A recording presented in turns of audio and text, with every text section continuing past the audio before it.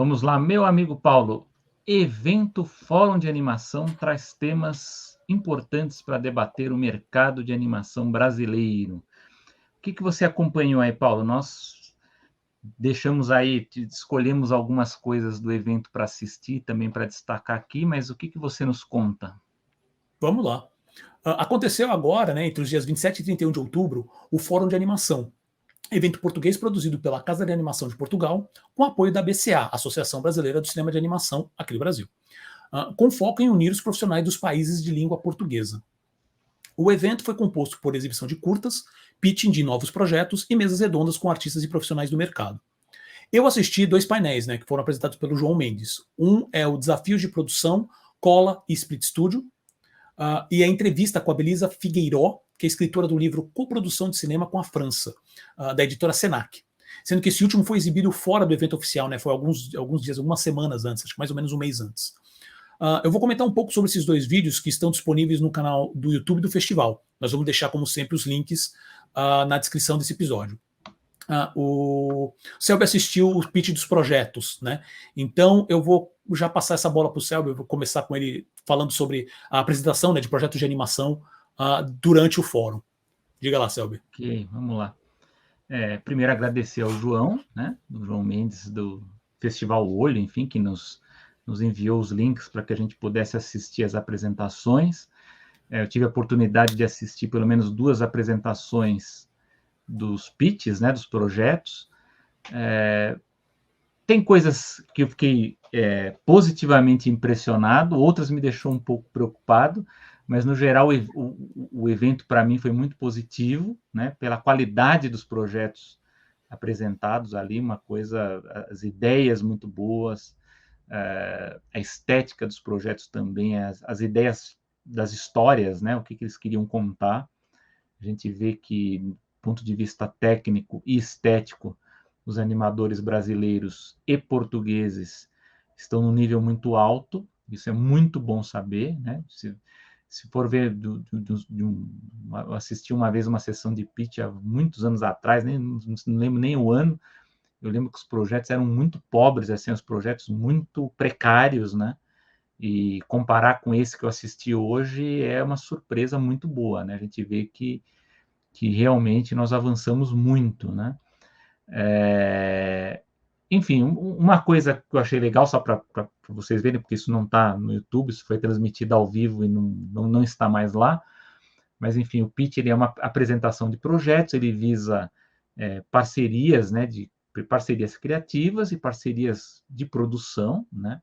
Então a ideia aí de unificar, né, e estreitar laços entre Brasil e Portugal, que é muito bom. Eu acho até que tem que haver mais eventos desse tipo, inclusive com outros países, né? A gente já deu aqui exemplos da Argentina, por exemplo, que tem programas específicos para vender, né, os projetos, né, que estão em gestação lá em vários festivais na Europa e nos Estados Unidos, então isso é muito importante. Uma coisa que eu acho que fez falta, que eu acho que é uma sugestão para uma próxima edição aí em 2022, acho que vai ocorrer no ano que vem, seria a existência de uma banca. Eu acho que isso que talvez faça falta até para as pessoas terem uma ideia melhor de como avançar com o projeto, né? Então, acho que se você tiver ali umas 3 pessoas, sei lá, 1 ou 2 produtores veteranos, alguém talvez de alguma empresa, ou mesmo um animador também que já tenha passado por experiências de editais, ou já tenha trabalhado também com uma grande empresa, né? Eu acho que isso ajuda muito e, lógico, também abrir para que as pessoas também possam... Eu acho que isso foi legal também, abrir também para quem está assistindo poder fazer as perguntas, isso é bem legal. Dois aspectos que eu achei muito positivos como eu já falei, do ponto de vista estético, a aposta que os brasileiros e os portugueses têm em gêneros diferentes. Então, eu vi alguns projetos que apostavam, por exemplo, no gênero horror, né, na mistura de horror e comédia. Projetos que também se inspiravam muito nos animes e no Miyazaki, um projeto específico que o próprio autora ali diz que é uma carta de amor ao Miyazaki, e é muito legal, porque realmente é a cara das animações do Miyazaki, porém, é uma história com conteúdo brasileiro, que eu acho que isso é uma coisa bem interessante, que eu quero discutir isso mais para frente, aí talvez na próxima edição, mas como que a gente pode adaptar gêneros e estilos, né, de fora para conteúdos brasileiros. Eu acho que isso vai ser o nosso diferencial, embora também haja essa coisa da gente também não criar projetos que sejam muito específicos, né, muito regionais, que isso também acontece e deu para ver também nas ideias apresentadas, que, lógico, se você tem a ideia de exportar o seu projeto, né, você quer que ele seja exibido internacionalmente por uma Netflix ou lançamento em cinema, enfim, que seja, ele tem que ter um apelo internacional, tem que atrair mais pessoas do que do seu próprio país, né? Então, isso é uma coisa que foi apontada para alguns projetos, né? Eu assisti os pitches dos longa-metragens e dos curtas, até comentei um pouco aqui com o Paulo na nossa reunião de pauta antes de gravar, que eu acho que os curtas, todos eles muito bonitos, né? Também, novamente, parte técnica e estética, lindíssimo, né? Embora, como é um pitch, eles estão em diferentes fases, né, de projeto, alguns estão mais avançados, outros estão começando, mas eu acho que ainda há uma porcentagem muito alta, diria mais de 90% do que a gente vê em matéria de curtas. Eu não estou dizendo apenas aí, né, nesse fórum, mas o que a gente vê no geral é que a gente tem curtas muito autorais, muito fechadas em si, né, com a maioria, inclusive, com temas muito sérios, né, temas sobre solidão, ou sobre Alzheimer, ou sobre, né, questões sociais que são importantes, enfim, mas temas que eu digo que são muito fechados e que às vezes o autor, ele tudo bem, eu entendo isso, que tem a ver muito com os editais, né? Que, lógico, se você tem um edital voltado para um tema social, você vai produzir, vai criar algo relacionado a isso para ter mais chances, e aí você vai desenvolver essa ideia. Mas muitas vezes você perde a oportunidade com curta-metragem de talvez apresentar um tema social, mas talvez abrir brecha para uma série, ou abrir brecha para um longa-metragem, né? Então, acho que falta um pouco disso para os nossos realizadores de curtas, que é o que eu vi ao contrário nos longas, né? E até depois eu fiquei mal que eu não consegui ver o de séries. Eu fiquei muito curioso para ver o de séries. Por quê? Porque o dos longa-metragens, todos os projetos ali, com adaptações, você poderia adaptar para uma série, né? Então, você está produzindo aquele longa. Alguns conseguiram verbas ou apoio por editais ou por embaixadas, né? Teve um do Japão também, lindíssimo, que foi apresentado.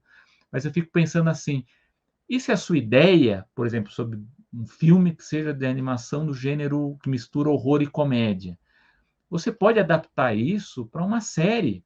E se tiver, sei lá, uma sessão de pitching do Cartoon ou da Netflix, você vai poder transformar isso numa série, que é e é um tipo de projeto, a cara, né, do projeto cai bem para que esses serviços de streaming estão adquirindo, né? Do que a gente vê aí de produção internacional que eles estão exibindo. Então, eu acho que ainda há um processo de criação, não só de longas e de curtas, muito voltado para os editais. Eu sei que isso é uma necessidade, eu sei que a gente diz que a gente fala do mercado de animação, mas infelizmente nosso mercado ele ainda é muito voltado para os editais. Eu entendo por que as criações são voltadas para elas, mas eu acho o seguinte, eu acho que é possível a gente criar voltado para o edital, mas talvez com uma abertura, né? Vamos fazer talvez um projeto que possa ser adaptado para que haja uma abertura também, sei lá, talvez para os serviços de streaming ou para os canais. Lógico que há também a questão dessas empresas que muitas vezes elas também não querem bancar, elas não querem se comprometer, não querem investir, porque elas também, como a gente falou do caso do Canadá, elas se aproveitam também do sistema como ele é montado. Então, se há um programa público de editais, talvez para elas é mais fácil assim, ó, vai lá, produz com o edital, vamos ver se vai ficar bom, se fizer sucesso eu compro, né? E há também um modelo perverso, porque muitas vezes os canais eles só compram se fizer sucesso internacional, né? Então você vê a dificuldade que há, porque às vezes você vai produzir um piloto, sei lá, de uma série, ou você vai fazer um curta, enfim, né? vai para vender. Às vezes até é bem visto aqui no Brasil, mas a empresa, sei lá, um Cartoon da vida, ele só vai se interessar se tiver feito um teste no exterior, né? Então isso, infelizmente, isso é maléfico para o que a gente chama de mercado desejado, né? O que a gente espera com isso. E antes de passar para o Paulo, até não sei se ele vai ter comentários sobre isso, que eu falo que há muitos nos eventos, né? Eu acompanhei também o Dia da Animação, que a gente vai discutir também depois, em outro programa, mas há muito essa questão de o que é o mercado, né? Como está o mercado? Como que ele é o mercado? E as pessoas não sabem, né? Parece que há uma dificuldade dos criadores, dos realizadores saberem o que é o mercado, dos produtores, né? De quem também adquire, de quem investe, também de explicar isso. Então, é uma coisa complicada, até porque a animação no Brasil ela é o primo pobre do audiovisual, então ela, a animação ela é um nicho do nicho, né? Não à toa aqui a gente eu vejo, a gente discuto com o Paulo aqui até sobre a audiência do podcast aqui de animação, porque realmente ele é um nicho do nicho, né? Ele é uma coisa que até os animadores eles são interessados, mas eles são muito perdidos nisso. E num desses debates que eu vi sobre mercado, no caso do fórum de animação, que eu vi várias pessoas falando disso, mas como está o mercado, né? Não só brasileiro, eu vi o pessoal de Angola também, né? Como é o mercado em Portugal, como que está o investimento aí e tal, e teve um comentário muito bom, que eu acho que casa muito com o que a gente discutiu aí da pauta do Canadá, que foi o Luiz Mata, que eu acho que foi quem comentou, que fala assim, vocês estão enxergando Portugal, né, como um mercado, né, a ser explorado, né, a ser tal, mas acontece o seguinte, Portugal é menor que o Brasil, né? Então eu acho que as produtoras, né, os nossos realizadores brasileiros, os angolanos, enfim, outros aí que conseguem um diálogo melhor, né? A gente tem que tentar enxergar as complementariedades dos países, né? Do que cada um pode ser forte.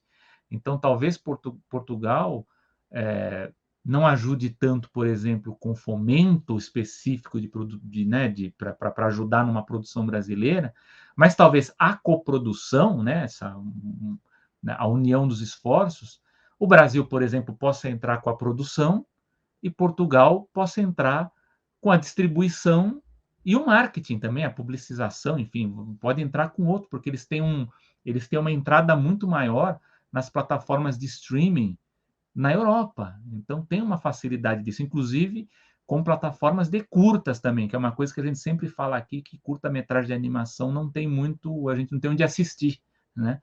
Na Europa existem essas plataformas, então o próprio colega português ele falou, eu acho que o Brasil ele tem que olhar, às vezes, muitas vezes o edital brasileiro paga mais que o português na produção. Então talvez seja assim, bom, consigo aqui o edital para produção, mas eu vou conseguir uma coprodução, né, uma ajuda com Portugal para as próximas fases né, do desenvolvimento do projeto. Né? Então, acho que isso que a gente tem que ver. Como eu falo, a gente é muito voltado só para a questão da produção, do edital, enfim, mas tem que ver a cadeia inteira, né? Que até o Paulo ele sempre fala aqui muitas edições sobre licenciamento mesmo, mas isso é muito lá na frente, né? Isso é muito. A gente não chegou nem nas fases anteriores, na consolidação das fases anteriores, para a gente ter o que a gente chama de indústria, né? Infelizmente não tem. Como eu vi um produtor de série falando, por exemplo, onde está o licenciamento hoje? Não é o licenciamento forte hoje, não é no curta e não é no longa, é na série. São seriados de animação. Que nisso o Brasil ainda está atrás, né? A gente está muito mais com projetos de curtas e de longas, né? Então eu acho que eu espero que eu tenha conseguido resumir os principais pontos relacionados aos pitches, mas assim, todos os que eu vi, eu fiquei assim positivamente surpreso, né, com a alta qualidade do que foi apresentado. Desejo muito que todos eles sejam produzidos, né? Deixo aqui, inclusive, ao João, que eu sei que é nosso ouvinte aqui do podcast. Eu fiquei realmente muito impressionado com todos os projetos. Espero que a gente tenha uma política cultural. Eu sei que agora tem editais, inclusive, estaduais saindo, né? Eu espero que realmente tenha uma ajuda, porque eu acho que a gente vai ter uma tendência de ter um grande salto maior de qualidade com o que vai sair nos próximos anos, viu? Porque o pessoal novo que está chegando aí está vindo com umas ideias muito boas, viu? Muito boas mesmo. Mas aí outros aspectos sobre discussão de produção eu vou deixar para falar depois. Boa. Bom, quase nada para comentar, né? Eu queria só falar especificamente sobre essa questão do editais, a dependência do editais, né? Porque quando a gente fala às vezes em regulamentação do mercado, acho que é a mesma coisa, e não é. E realmente o Brasil tem esse problema. A gente já comentou aqui várias vezes na animação, sabe? Precisa existir políticas que melhorem o investimento privado, tá? E eu não vou nem falar muito agora, porque um dos pontos que eu vou comentar agora, que é justamente sobre esses dois painéis, né? Que eu não acompanhei os pitches, né? E o Selby, eu acho que não viu os painéis também, né? Então a gente deu aquela compensada, não tem problema. E que esses dois painéis acho que entram em alguns dos pontos que o Selby comentou que eu acho muito bons. Então, o primeiro que eu vou comentar é sobre o da Split Studio, né, e da Call Animation, que foi com o Cid Makino e com o Bruno Caetano, né, o João Mendes que mediou. Entre alguns pontos que eles discutiram, vou mencionar aqui. Então, no caso, acho que foi o Cid Makino que comentou, que ele falou assim, olha, uma mudança no mercado positiva nos últimos anos, né, com o aumento de políticas públicas aqui no Brasil, que, obviamente, falando desses 2, 3 anos mais recentes, foi por água abaixo, né, mas realmente houve um aumento ainda muito focado em editais, né, para isso, mas isso causou realmente, não só a questão dos editais, mas a política de cotas nas TVs, que isso é um assunto que a gente já mencionou, e isso ainda está acontecendo, porque ainda estão querendo colocar isso também para o streaming. Isso pode ser também uma coisa razoavelmente boa. Eu acredito que pode ser bom, mas os próprios serviços de streaming estão lutando contra isso, né? Porque aí você tem uma obrigatoriedade de investir em conteúdo local, e principalmente o Netflix, né, ficar falando sobre, eu não preciso disso, porque eu já invisto. Tem séries, eu tenho colocado séries brasileiras para fazer aqui, coisa que teoricamente até o momento ninguém fazia. Né? Agora, com o Globoplay, onde obviamente é toda a máquina da Globo produzindo, a Globo a princípio não teria necessariamente problemas com isso, porque conteúdo para ela não falta. Né? E então vamos ver como é que vai ficar essa questão. Isso é uma coisa também interessante que eles falaram, que falta de profissionais tanto no Brasil quanto em Portugal. A gente tem aqui, eu acredito que a maioria dos lugares, assim, você acaba criando muito generalistas, principalmente a gente está falando agora de profissionais, tanto de CG, mas que usa muitas ferramentas como Tumbum, né? Então, são ferramentas que agilizam toda essa produção de animação, essa animação estilo cutout digital, vamos dizer assim, né? Onde a pessoa não anima quadro a quadro, cada quadro é um desenho inteiro, né? E então todo esse processo você tem como se fosse o CG, você tem o processo de rigging, que é você criar o esqueleto, você tem todo o processo de animar, de criar, né, todos os desenhos das animações, e você vai trocando isso. Então é muito mais onde o processo se assemelha muito mais ao cutout, ao quadro a quadro, no sentido de você ficar, desculpa, quando eu falo cutout eu quis dizer com referência ao stop motion. Né? Onde você vai, mexe um pouquinho, ok, frame pronto. Mexe um pouquinho, frame pronto. Do que desenhar ele, depois pega, desenha de novo. Por mais que com todas as técnicas que você tem para reduzir o tempo e o custo para tentar manter o máximo de qualidade, lembra muito isso. E o que acontece? Você acaba criando profissionais generalistas. Você só pode contratar 2 pessoas para sua equipe que tem que saber mexer, desde criar o rigging, como fazer o desenho, como fazer edição, como fazer as cores, como... Entendeu? E aí você procura, quando você quer realmente falar assim, olha, eu tenho as poucas vezes que tem de um budget um pouco maior para investir, você não consegue encontrar um profissional especializado. Né? Então, e como você até porque muitas vezes eles vão embora, né? O que é muito especializado é contratado fora. Exato. Isso daí é contratado a peso de ouro para fora. Né? Então, isso é um dos problemas também. Como o Selby já falou, eu só vou passar aqui por cima para dizer que um dos pontos de discussão, que é orçamento de produções, se aqui é baixo, em Portugal é menor ainda. Tá? País menor, por mais que você esteja perto de um mercado que seria mas não teria mais recursos que o próprio mercado europeu, onde você consegue escoar para o resto, mas Portugal em si é muito pequeno. Você não tem. Eu acho que até foi comentado na sessão de pitch. É uma ilusão que a gente tem aqui do Brasil em relação aos orçamentos, por causa do euro, né? Porque a gente sabe que o Sim, euro está muito valorizado, né, em relação ao real. Mas se a gente for olhar o valor absoluto, né, do que é oferecido no edital, a depender do projeto, ele é um valor baixo, né? Então, muitas vezes o orçamento aqui, aliás, você estava comentando, né, da queda dos editais, né, do número de editais que são lançados nesses últimos 2 anos. Mas, em compensação, há muitos editais estaduais saindo, né? No Nordeste, por exemplo, sem o estado dúvida. de Pernambuco lançou, e eu achei uma coisa bem legal, por exemplo, graças a essa questão que a gente até ajuda também a colaborar, mas os profissionais eles estão se esforçando nessa questão da conscientização como funciona, né, a produção da animação. Eles conseguiram que algumas coisas fossem alteradas. Então, por exemplo, o curta-metragem, eles conseguiram aumentar, por exemplo, lá em Pernambuco, o orçamento, e não só aumentar o valor do orçamento, mas da duração da produção. Porque às vezes você só tinha 1 ano para produzir, né? Agora o edital vale para 2 anos, você pode renovar, caso você não consiga fazer naquele prazo, porque às vezes você não consegue mesmo, né? Dependendo da técnica que você quer explorar, você não consegue.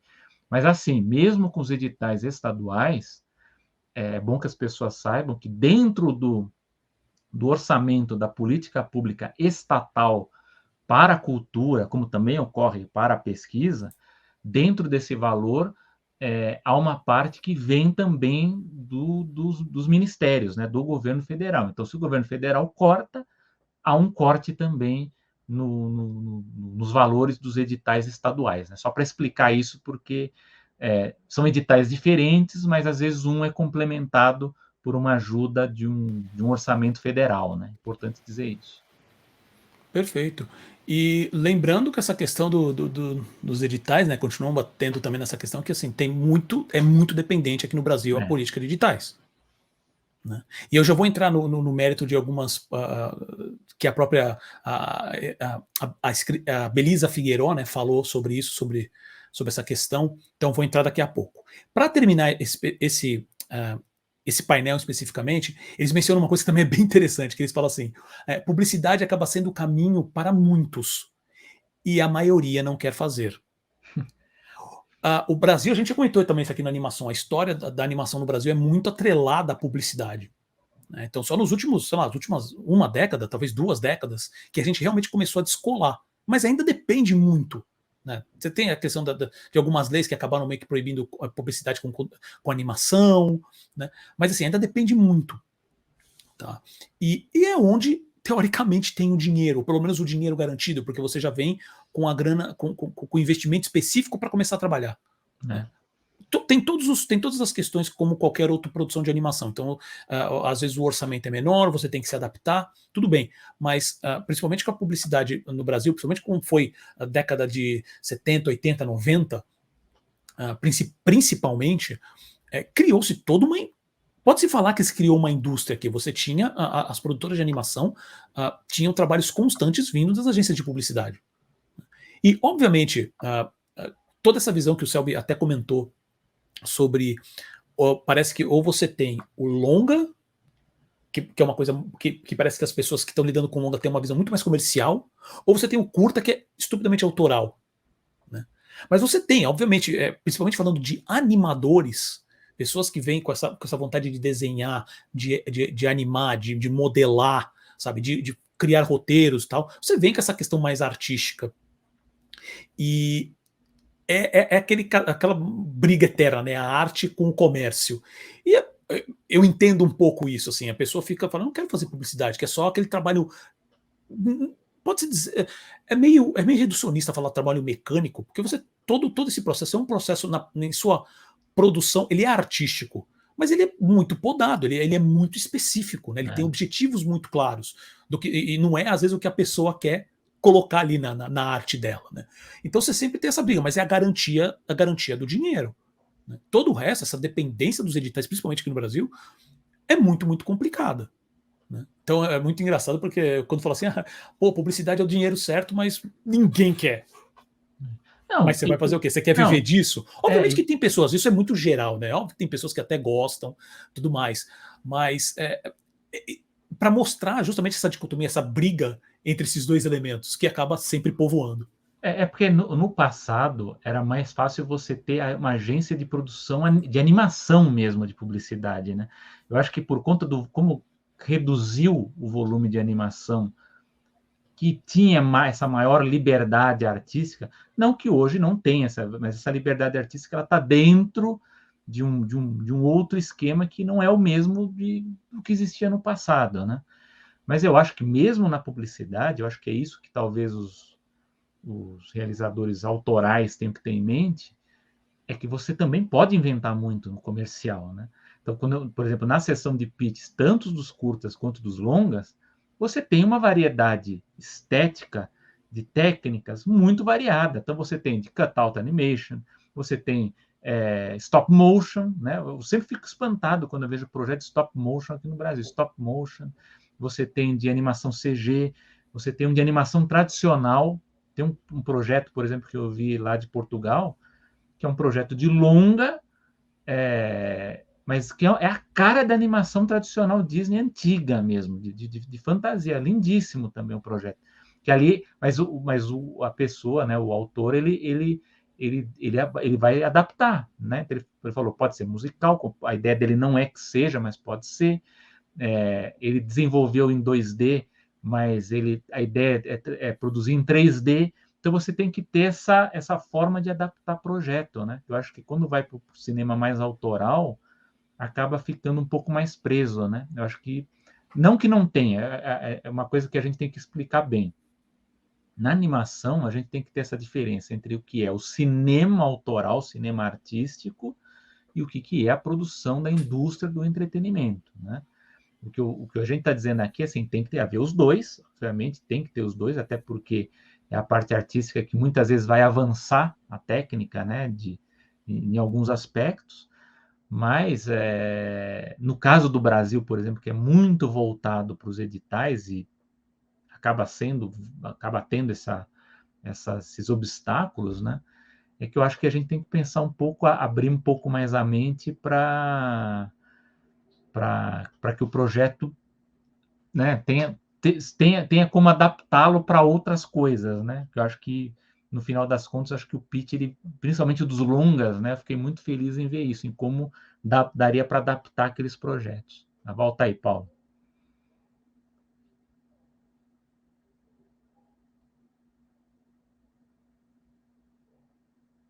Paulo, seu som.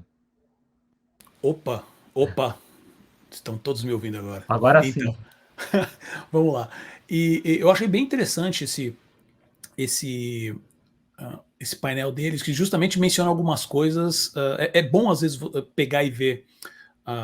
Obviamente, ter essa noção, principalmente com o que está acontecendo em Portugal, né? Porque a Cola Animation é de Portugal. E reforçar alguns pontos mesmo com referência à questão dos editais, à questão de políticas públicas, sabe? Dificuldades em distribuição, a dependência da publicidade. Então, é bacana para a gente ter também essa visão mais abrangente, né? E o outro painel foi com a Belisa Figueiró, eu vou passar rapidamente aqui pelo histórico, né, dela, que ela é professora assistente no Centro Universitário Barão de Mauá, ela é mestre em Imagem e Som pela Universidade Federal de São Carlos e doutoranda em Ciência, Tecnologia e Sociedade também pela Federal de São Carlos. Ela é autora do livro Coprodução de Cinema com a França, Mercado e Internacionalização, resultado da dissertação de mestrado e publicado pela editora Senac, São Paulo, em 2018. Ela tem artigos publicados em periódicos como Imagofagia, da Argentina, Gêmeos e Sessões do Imaginário.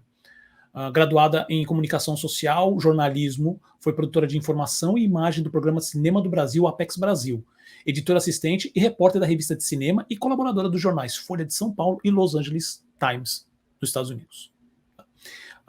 Essa foi uma entrevista, né, direto que o João Mendes fez com ela, e entre alguns pontos que eles discutiram. Ela explicou, né, passou primeiro como que funcionaria essa questão das coproduções, né, que elas podem acessar recursos financeiros de ambos os países, e o filme, isso é uma coisa interessante que eu não sabia, o filme, ele, para todas as questões de leis e distribuição, ele é oficialmente de todos os países participantes, inclusive que entra na questão de cotas de tela. Então, se eu tenho uma produção que é Brasil, pode ser Brasil, Portugal e França. Esse filme, ele entra no sistema de cotas aqui no Brasil, se precisa exibir em algum canal, alguma coisa, entra, porque ele é um filme brasileiro. Ele é um filme de 3 países, na verdade. Então, ele é considerado de cada país, né, em questão de, principalmente nessa questão mais de distribuição. E também, por esse fato, ele também consegue acesso aos editais, vamos dizer assim, aos editais governamentais e políticas privadas, né, de investimento de cada um desses países. Obviamente, que justamente é uma das coisas que ela mencionou que eu achei interessante, principalmente agora falando de Brasil e Europa, você tem uma questão da disparidade da moeda. Então, se você, às vezes, você tem que considerar, aqui no Brasil especificamente, produtores que são, você tem uma cota da produção que é de Portugal, no caso, ou da França, ou de qualquer outro país, obviamente que esse produtor vai receber em euro, então isso também vai elevar o teu custo de produção. Então, são coisas que você vai precisar equilibrar no orçamento, isso eu achei interessante. E aí ela falou sobre um ponto que eu achei também muito, muito bom, que ela fala o seguinte: na França é permitido você investir em fundos de cinema. Você, quando eu digo você, é pessoa física, né? Mesmo não sendo possível você escolher qual filme você vai investir diretamente. Isso é responsabilidade dos gestores do fundo. E, como eu falei, assim, existe na França maneiras privadas de investimento, além dos processos governamentais, isso é normal. Só que ambos os casos, elas estão bem reguladas, né? Então, regulamentada, né? E uma das coisas que funciona bastante lá na França especificamente, né, que esse foi o grande tema da entrevista, por mais que em alguns momentos o João Mendes entrava em questões referentes a Portugal, que é bom também, já vou falar depois. Ela fala que pré-vendas para canais de TV ajudam no processo de captação. Então, você já ter algum canal francês, na sua coprodução Brasil-França, já ter algum canal francês marcado, facilitaria o processo de captação na França e até outros países da Europa mesmo, né? Afinal de contas, é mais um ponto garantido de distribuição. Então, isso ajuda, né? Inclusive, para a entrada, o fato de você estar fechando produções na França facilita a entrada de festivais franceses, como Cannes, um dos mais conhecidos do mundo, e também, em específico de animação, em Annecy. Ela menciona, se eu não me engano, foi o... eu não sei se foi o Menino e o Mundo, eu acho que foi o Menino e o Mundo, que teve isso também, teve acho que uma coprodução francesa, e facilitou o processo de entrada no festival. Ela menciona também, em um ponto que ela fala assim, que ela fez isso daí, como falou, o trabalho, a apresentação, né, dissertação de mestrado dela. Então, durante a pesquisa, ela percebeu que é mais fácil conseguir dinheiro na França do que no Brasil. Ok, isso para mim pareceu... eu sei que não é óbvio, mas é o tipo de coisa que você fala assim, por quê? Porque a França também tem um sistema, não é perfeito, óbvio, longe disso, mas assim, ele é muito mais estruturado e tem um histórico maior do que aqui no Brasil. E ela fala também aqui, uma das coisas que a França tem como objetivo, principalmente nessas coproduções, é investir em novos talentos. Né? Então ela cita bastante o Walter Salles como referência, né, do diretor central do Brasil. Ele depois, nos Estados Unidos, ele dirigiu aquele Água Negra, né? E sempre com foco no longo prazo. Então não é, vou fazer um filme agora, ele tem que, sabe, vender. Não, tem um período, é um processo de venda, de distribuição que é com muito mais pedras no meio do caminho, por mais que já exista, a gente sabe a referência da França, né? Isso é um processo muito mais complicado e você vai vendo como é que esse artista, esse produto também vai se desenvolvendo durante os anos. Uma das coisas, ela usou, quando ela estava apresentando, então ela usou muitos filmes, ela usou longas live action sempre como referência, né? E o João, acho que chega a mencionar alguma coisa, fala assim, como é que você trata com referência aos curtas? Né? Você tem alguma base de referência de curtas? E ela falou assim, não, os curtas-metragens não entram na lista oficial da Ancine. Né? Então isso é ruim, principalmente com referência à animação, a gente tem maior, né, quantidade justamente nos curtas, não tem. né? Exatamente. E o último ponto que eu achei que vale a pena mencionar, que foi aquilo que você tinha mencionado, Selby. A gente sabe que hoje está o governo federal para isso é uma completa vergonha de tudo que ele vem fazendo com a Ancine, com todos os fomentos com referência à cultura desses últimos 2, 3 anos. E a tendência, como a gente já mencionou, o programa, acho que no anterior ou antes desse, no 41, no 42, que eles estão diminuindo ainda todas essas partes de benefícios com referência a apoio a produtos culturais, né? Ela entra no mérito que fala assim, as grandes as ações que existem hoje no Brasil são ações estaduais, então ela menciona o SPCine como referência, que ela fala assim, olha, não tá, já esteve melhor, mas ele continua rodando, e parece que o Rio Cine está se reestruturando. E ela fala assim, que é o que tem hoje, é esse eixo Rio-São Paulo, com mais ênfase em São Paulo até. Mas tem outros lugares também. O Nordeste ele tem como eu já falei, né? Tem um sistema, uma política de editais também muito bom. Pernambuco, especificamente, é um dos estados que mais investiu em animação nos últimos anos. Então é bom a gente falando ficar de especificamente olho. agora, você está mencionando especificamente animação, né? Ela fala mais no contexto geral, de cultura É geral. audiovisual, né? No audiovisual geral. Isso. Mas eu achei bem legal que ela fala dessa questão da coprodução, que foi o que foi falado lá no pitch. Quer dizer, talvez, por exemplo, se o edital brasileiro ele consegue um orçamento maior, talvez se aliando a uma coprodutora, sei lá, uma empresa portuguesa ou de outro país europeu, você consiga um acesso maior a uma distribuição, a um canal de televisão, a um streaming, embora aí a gente vai entrar numa outra questão que vou discutir em outro programa, que é o seguinte, a gente tem sempre que tentar prestar atenção a que tipo de aliança que você vai fazer, né? O ideal seria uma coprodução que bancasse realmente essa produção para deixar sua produtora pronta para fazer um outro projeto, porque o que acontece dos últimos anos aí, que é uma prática comum, sei lá, você produz uma série, faz uma produção para um canal tipo Cartoon tal, eles pagam barato, mas o estúdio não tem como produzir outra coisa, quer dizer, você precisa esperar um outro edital para você produzir uma coisa, porque o estúdio ele não é autossustentável, né? Então é uma coisa complicada, por isso que ao longo de todas essas discussões, tanto do Fórum de Animação, quanto do Dia da Animação e outros que eu tenho acompanhado, é o problema do o que é o nosso mercado, né?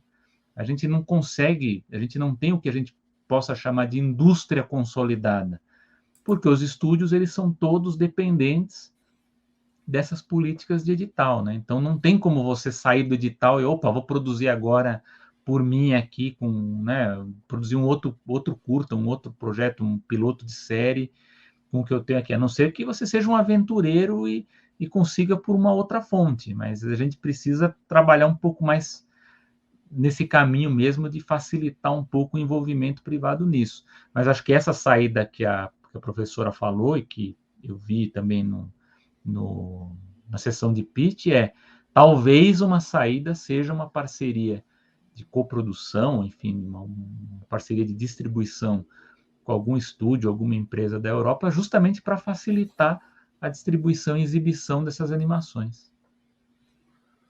Então, eu concordo, mas eu acho que isso também é uma...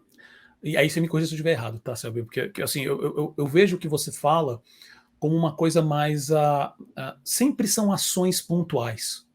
Não, eu estou falando agora, né? Isso, não, exato. Prazo, né? Por isso que eu estou falando assim, são ações pontuais, o que é sempre válido, porque toda produção sempre vai ajudar. Mas justamente eu venho desse mercado, obviamente que eu lidei com a área de pagamentos, mas eu trabalhei numa empresa que hoje é gigante, se tornou uma grande referência, por causa desses modelos de investimento do Vale do Silício. Né? Vamos usar isso aí como referência. E durante um tempo, eu já mencionei isso aqui no episódio muito lá atrás da animação, que eu tentei fazer alguma coisa assim, eu tentei... eu fui aprender dando porrada, assim, eu fui realmente correndo atrás, porque eu não tive procurar cursos que praticamente não existiam, e fui falar a princípio com investidores que eu consegui identificar, para poder pensar como se fosse assim, meu plano era um plano de longo prazo. Não é, olha, você me dá dinheiro para eu fazer um filme, você me dá dinheiro para fazer uma série, aí depois eu vou ver se faço outra série, aí depois se faço outra série.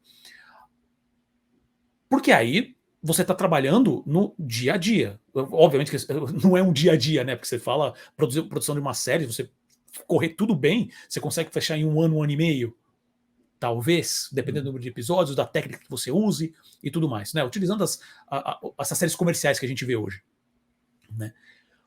Mas enquanto não tiver, na minha posição, assim, alguém chegar e falar assim, como a gente escuta muito, abre jornal, olha a idade entregando aqui. Você abre site se fala sobre economia, sobre essa área de investimentos, e você vê a empresa tal, como a gente falou, acabei de me lembrar, como a gente acabou de falar agora, com referência à compra dos estúdios de produção, ou com referência ao investimento na empresa sul-coreana de ferramenta de animação, né? Se não tiver algum tipo de investimento que chegue e fale assim, olha, você tem X, e eu sei que eu vou falar assim, milhões como se fosse troco de pão, não é.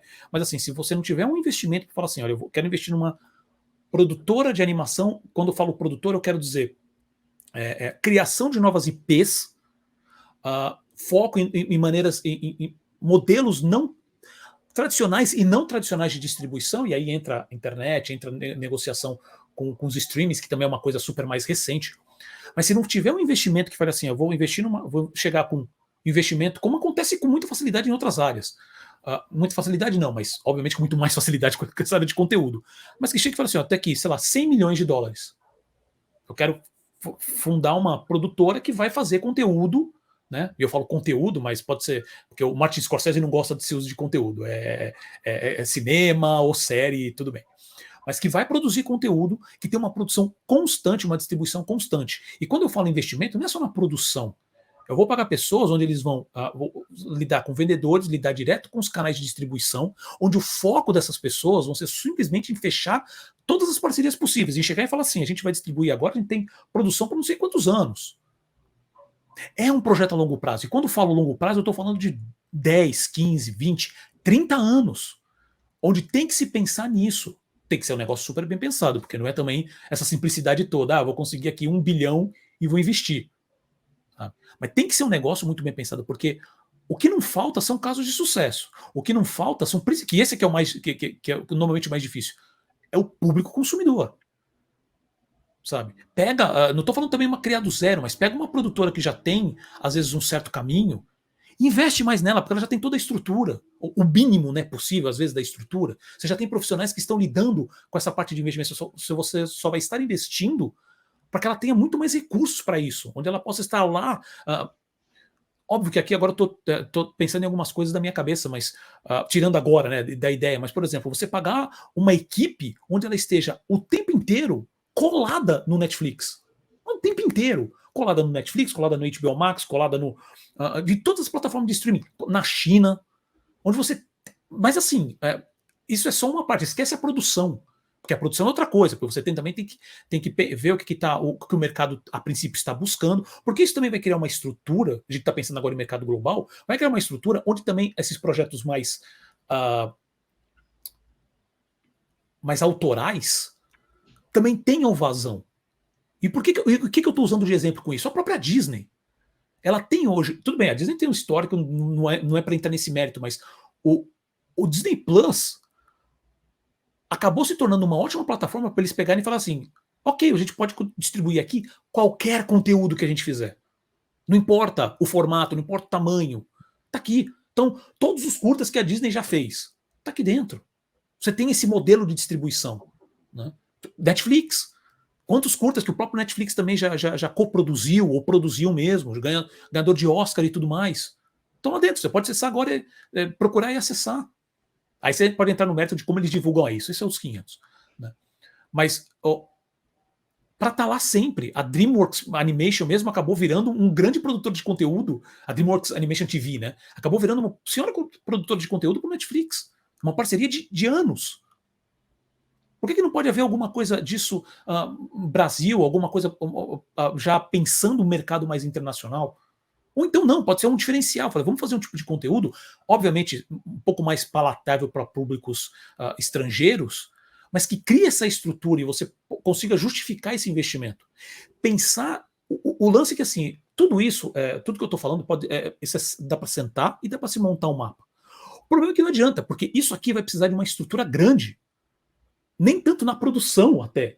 Toda a estrutura burocrática de vendas, jurídica, tem que ser uma coisa pensada para 20 anos, 30 anos, pelo menos.